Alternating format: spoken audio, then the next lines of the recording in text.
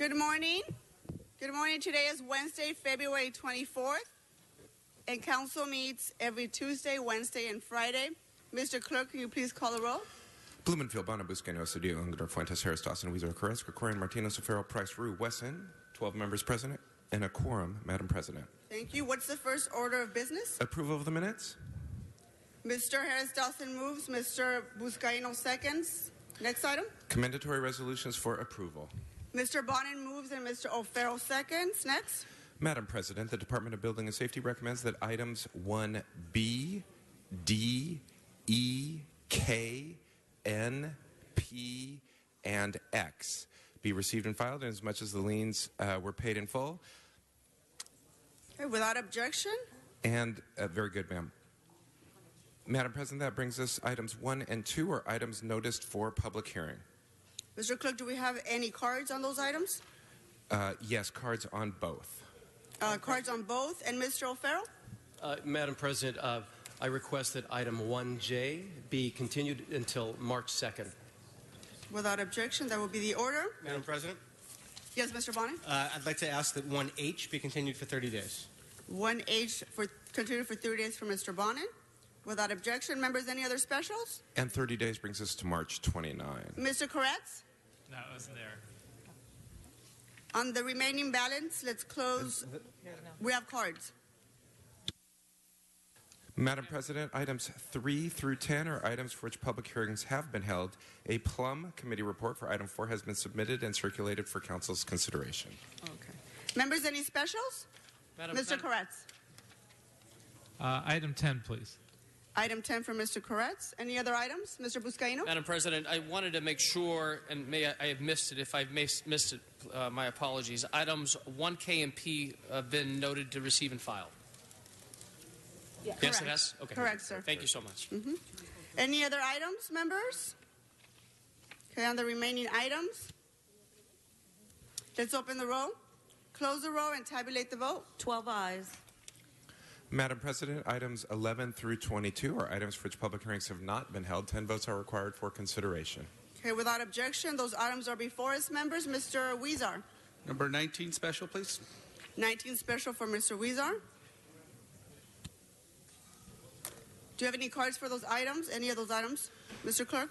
Yes, cards on items 16 through 22. 16 to 32. And members, any other specials? Seeing none. Let's open the roll, close the roll, and tabulate the vote. 12 ayes. Okay, what's next, Mr. Clerk? Madam President, that brings Council back to items called special or general public comment for items not on Council's agenda. Mr. Buscaino, are you ready for your introduction?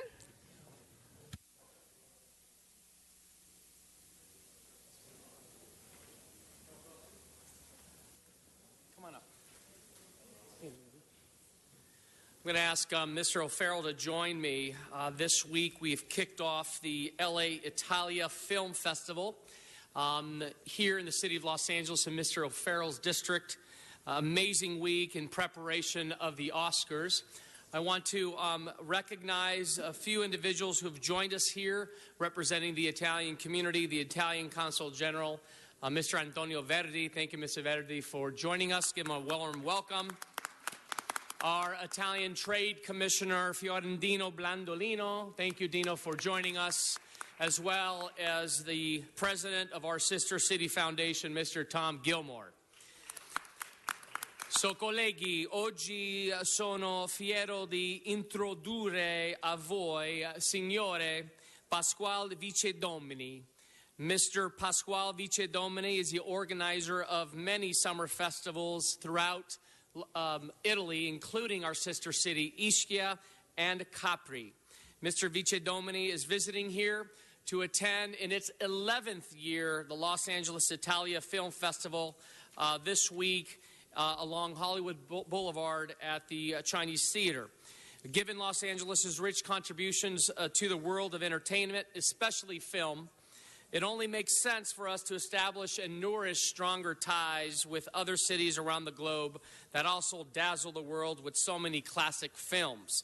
and with deeper economic and cultural ties between the United States, the city of Los Angeles, and Italy, we can inspire one another, creating synergies which allow us to better ourselves and each other. And that's why this summer I will be attending and visiting our sister city, Ischia, during the film festival in Ischia during my business delegation trip to Italy to further deepen Los Angeles' economic and cultural ties with cities abroad who share a common goal of creating economic vitality through cultural expression, namely in the film industry and in tourism. And we'd like to welcome, again, this Italian delegation. Mr.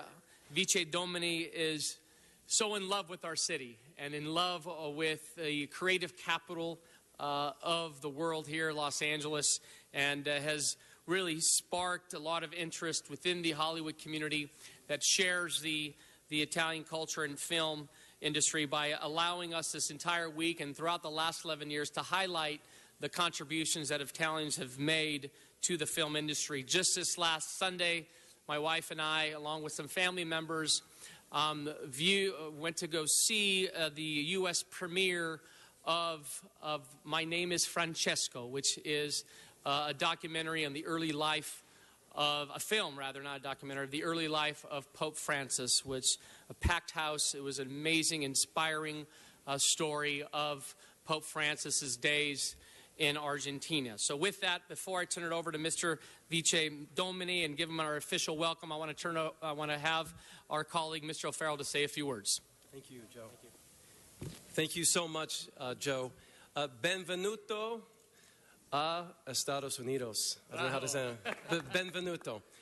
So this is just further evidence that Los Angeles and Hollywood is the film capital of the world. What a wonderful experience this Italian Film Festival, the 11th annual, is going to be.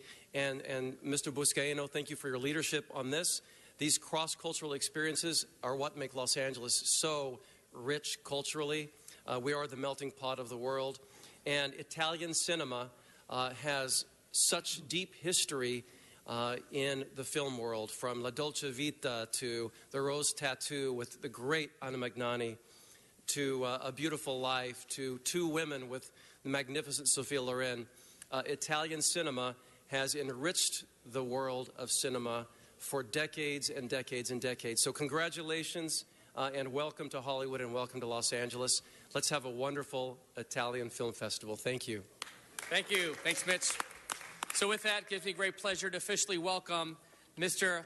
Pasquale Vice Domini to the city of Los Angeles and Pueblo de Nostra Señora da Reina de Los Angeles.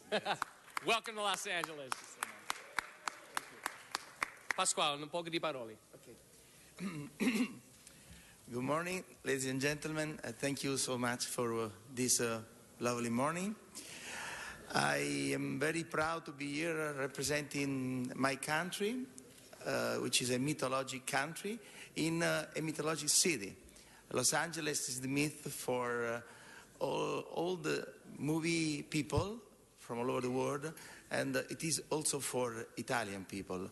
I started 20 years ago in Italy a festival on the Isle of Capri, which is called Capri Hollywood, to create a bridge, a cultural bridge between Italy and Los Angeles. And it became immediately a big success. It became immediately a point where the American filmmakers come and they can showcase whatever they want to do. And we, since a few years, we officially start the award season. Means that many of the Hollywood icons get there in order to promote the movies looking for the award season. Then in 2003, I started a new project on the island, also Naples Bay, Ischia, also to consolidate this important bridge. At this point, we needed the tower of this ideal cultural bridge, because we had two towers in Italy. We were missing the tower in the States, because to have a bridge, you need two towers, one on each side. So essentially, previously I started a project in Washington, D.C., because I thought that was very important to have the Italian movie industry, the Italian cultural industry, to be represented in the political capital of the United States of America.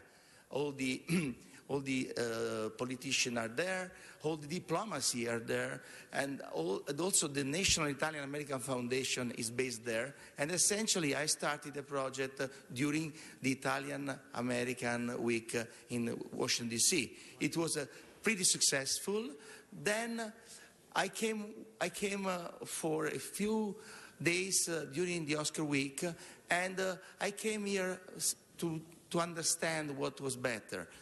All of a sudden, the following summer, as I am an anchorman of the Italian television, I was invited to be the host for the World Music Award, which take place in Hollywood. Then it was called the Coda Theater. So I went there, I did this amazing show for the Italian public television, RAI, and I had the privilege to meet the principals of the CIN Group, the CIN Group who owns the property of the Hollywood and Island and many others. So the minute I had the possibility to talk with them, I said, well, I think that this could be an amazing opportunity for having a festival during the Oscar week at the Chinese Theater. They immediately say, are you Italian? Yes, so you can make it. So they supported me because I am Italian, and I really am proud to be Italian for this reason, because essentially Italy has a very important part during the Oscar week. Although we were not structured very well, but there is a lot of Italy on the red carpet all over, because a lot of factories, a lot of accessories, a lot of, where is luxury is Italy. So we started this project, and immediately was very, very successful, thanks to the CIN Group. And immediately I started to think that we should have been more and more increasing it. So with the CIN Group, I made the first application to the Hollywood Walk of Fame for an Italian legendary maestro, Bernardo Bertolucci, and the reaction was immediately, yes, we're going to give a star on Walk of Fame to Bernardo Bertolucci. 2 years later, speaking with Laurent Gubler, the president of the Hollywood Chamber of Commerce, I said, what should we do next? He said, can you get Bocelli? I said, of course, we can get Bocelli. It would be honored.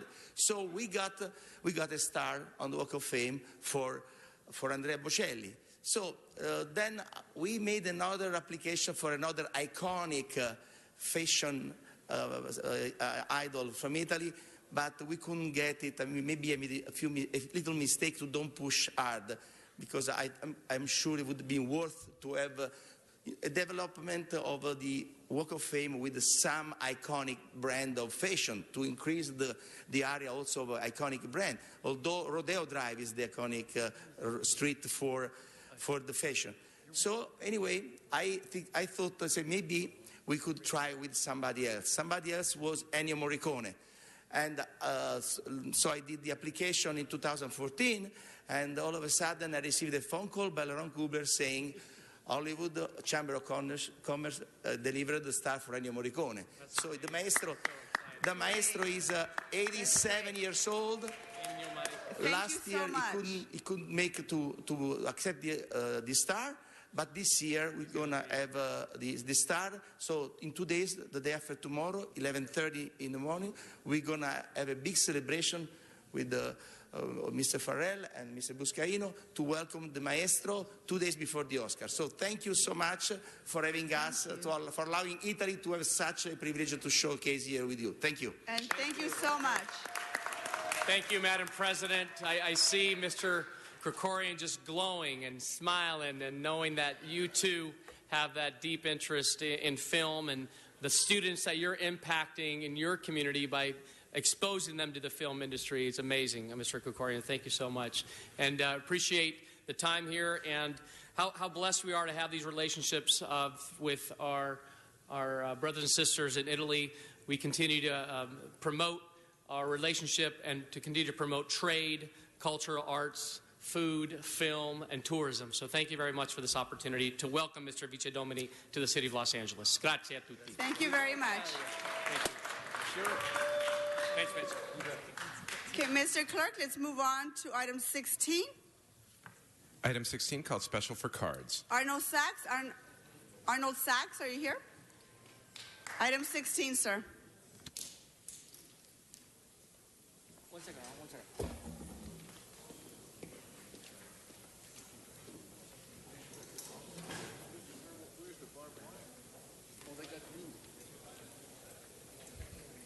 Yes, thank you. Good morning, Arnold Sachs. And this refers to the lighting district at Porter Ranch. Porter Ranch. Why does that sound so familiar? Oh, Porter Ranch. Is this property for this lighting district? This lighting district would have been annexed from the county. And Porter Ranch is, what is? Oh, not Exide. Aliso Canyon and the oil well there. Was it, I believe, a master plan for Porter Ranch? I mean, the oil field is like 4,000 acres. How much of that makes up the Porter Ranch, or the Porter Ranch development make up of the 4,000 acres? Certainly it's not all going to be developed and turned into lighting districts for the city to annex or from the county's unincorporated area. So is the city going to have a planning land use management for the additional land that isn't going to be developed, because now it's, everybody knows, and who would believe that it actually sits on the largest gas storage facility west of the Mississippi. It's Porter Ranch, sir, and it's a lighting district, sir. So I'm just wondering how it got to be a lighting district sitting on top of the largest natural gas storage facility west of the Mississippi. You would think that some politician would know about that gas storage facility. In yesterday's LA Times, it was noted that it supplies 60% of the natural gas in Southern California. And yet nobody knew. And now these people are complaining who live there that their homes are threatened by this gas storage. Mr. Sachs, we need to talk about the item, which is street lighting. Lighting district, Porter Ranch. Not the gas leak. It's Street part lighting. of Porter Ranch, though. And I appreciate you paying attention. Where were you before? Thank you, sir. That concludes cards on item 16. Let's open the roll, close the roll, and tabulate the vote. 14 ayes. Okay, let's move on to item 17. Item 17, called special for cards. Mr. Walsh, item 17.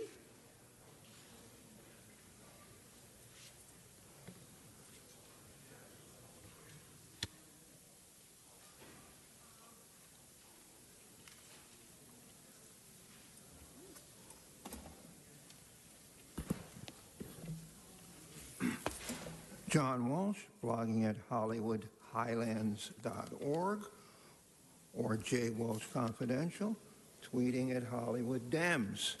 Number 17, again, this is REAP, Renesco Account Program. As I've said, you do an excellent job. When you do an excellent job on something like renters, you don't hear me coming up here and complaining about the way you treat me as a renter, because what you're interested in is tearing down where I rent, and of course giving it over to the Oriental developers. Even so, in any case, removing various properties from REAP, this means that if you hadn't kept your property up to code, you've had to pay to the city the rent, not to the landlord, and that has ended for these people. HollywoodHighlands.org. Next speaker, Wayne Spindler on item 17. Mr. Spindler, pass. That concludes cards on this item. Let's open the roll, close the roll, and tabulate the vote. 14 ayes. Let's move on to item 18. Item 18, called special for cards. Mr. Sachs, item 18.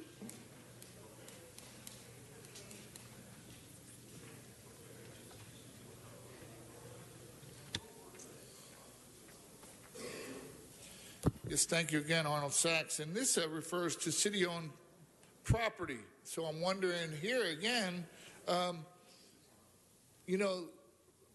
was listed in the newspaper the city was looking for sites for the Olympic Village, but those weren't city-owned properties. So I'm wondering, why aren't they looking at city-owned properties for Olympic Village housing, or even affordable housing? Affordable housing, did anybody say affordable housing? Low-income housing. Why are these units not being considered? And maybe were these properties under the control of the redevelopment agency at one time?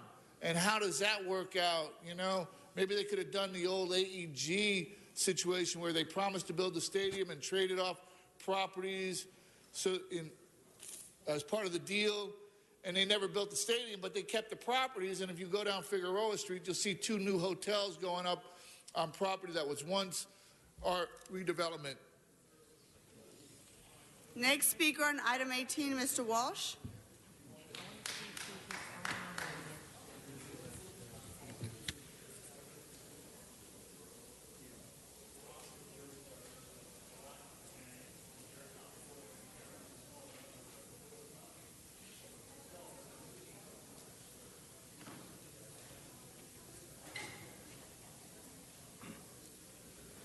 John Walsh at HollywoodHighlands.org. If you remember, the city tried to sell all their parking lots. They put them on the market, and guess what? This was even in the LA Times.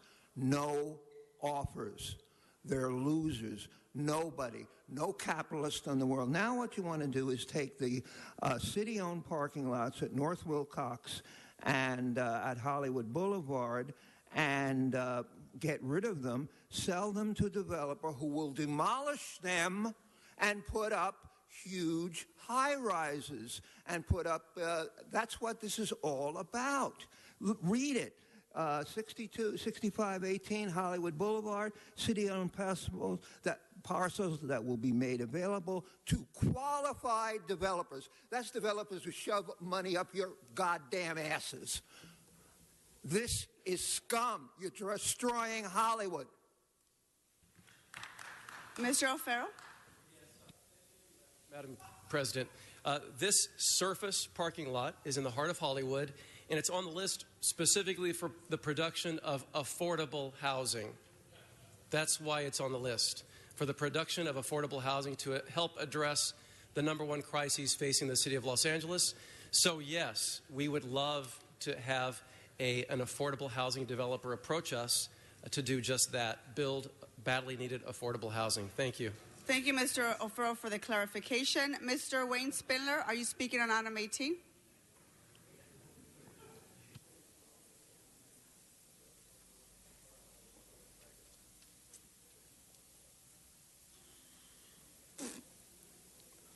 Vote no on this corruption.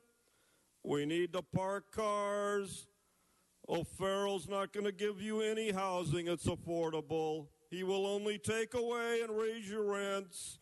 Last night we talked about this in the Hollywood Chamber of Commerce meeting about the initiative coming up.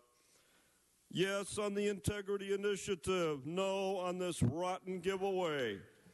Why are we giving things to developers? Developers are the enemy. They are not our friends. They are our corporate master scumbag assholes that take money You need to and speak put on the it item, up Mr. the Spindler. ass of various Mr. politicians. Spindler, you need to speak to the item. They're doing that, 18. Nuri. And that's why we have to vote no, because these politicians are getting money from these developers. Vote no, and finally, fuck the council. Great. Thank you, Mr. Spindler. That concludes cards on this item. Mr. Clerk, can you open the roll, close the roll, and tabulate the vote? 14 ayes. Okay. Item passes. Let's move on to item 22. Item 22, called special for cards. Sean, item 22.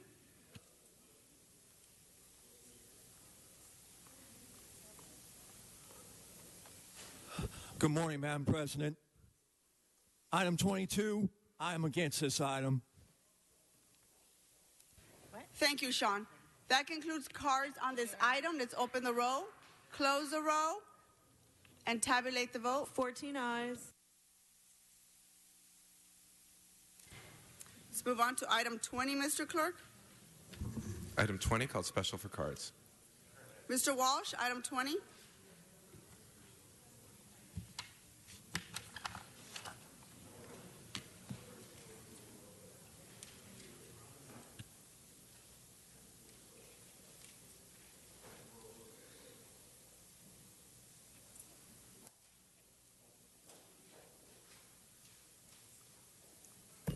John Walsh, blogging at HollywoodHighlands.org, J. Walsh Confidential. If they don't speak on the item, that means they want to cover it up. This is a very important item relative to the retention of outside counsel on a contingency compensation basis only for judgment collection. What has been happening up till now, and you're not going to hear anything from them. You're going to see 15 fucking mouths shut on this goddamn issue. Up till now, you have been paying lawyers to chase people, and they didn't catch them for compensation, and they owe the city money, and then we end up spending tens of thousands of dollars on lawyers that didn't, outside lawyers that didn't get the money. They didn't find the people who are stealing money from us. And at least the city attorney is trying to do something here, but all of you, and it's been pushed up here, but you're not going to say a goddamn word. Next speaker, Aaron Previn. Mr. Spindler, can you please sit down?